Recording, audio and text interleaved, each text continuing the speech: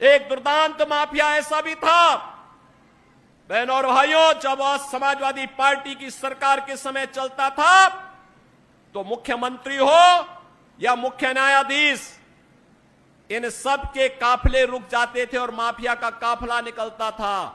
और जब हमने कार्रवाई की उस माफिया के खिलाफ और उसको रगड़ करके कोर्ट के सामने प्रस्तुत किया तो उसकी पैंठ गीली हो गई थी। मैं आपको इस बात के लिए आश्वस्त करता हूं कि कोई माए के लाल बाल बांका नहीं कर सकता है। सुरक्षा की इतनी पुख्ता व्यवस्था हमने की है यूपी के अंदर। आज आप देखते होंगे बड़े बड़े दुर्दांत माफिया और अपराधी किस कदर उनकी दुर्गति हो रही है।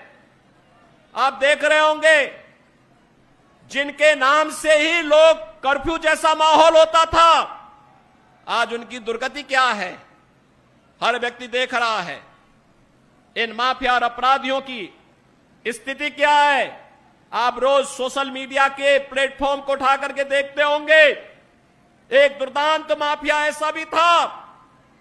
बहनों और भाइयों, जब समाजवादी पार्टी की सरकार के समय चलता था तो मुख्यमंत्री हो या मुख्य न्यायाधीश, इन सब के काफिले रुक जाते थे और माफिया का काफिला निकलता था। और जब हमने कार्रवाई की उस माफिया के खिलाफ और उसको रगड़ करके कोर्ट के सामने प्रस्तुत किया तो उसकी पैंठ गीली हो गई थी।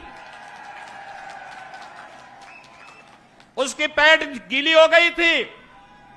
और तब हमने कहा था उस समय उसको, हमने कहा था कानून को रौंदने वाले, आज कानून कितना बड़ा होता है यह एहसास हो रहा है कि नहीं हो रहा है। और निर्दोष लोगों को मारोगे तो मिट्टी भी नहीं मिल पाएगी।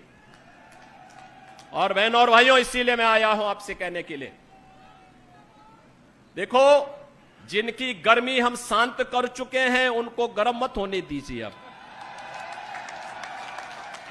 इस क्षेत्र को विकास की मुख्य धारा के साथ जुड़ने दो। उनकी सबकी गर्मी शांत हो गई है, वे गए काम से। और इसीलिए मैं आप सबसे अपील करने के लिए आया हूं कि पूरे देश की एक आवाज है। पूरा देश एक ही स्वर में बोल रहा है और वह बोल रहा है कि फिर एक बार मोदी सरकार, फिर एक बार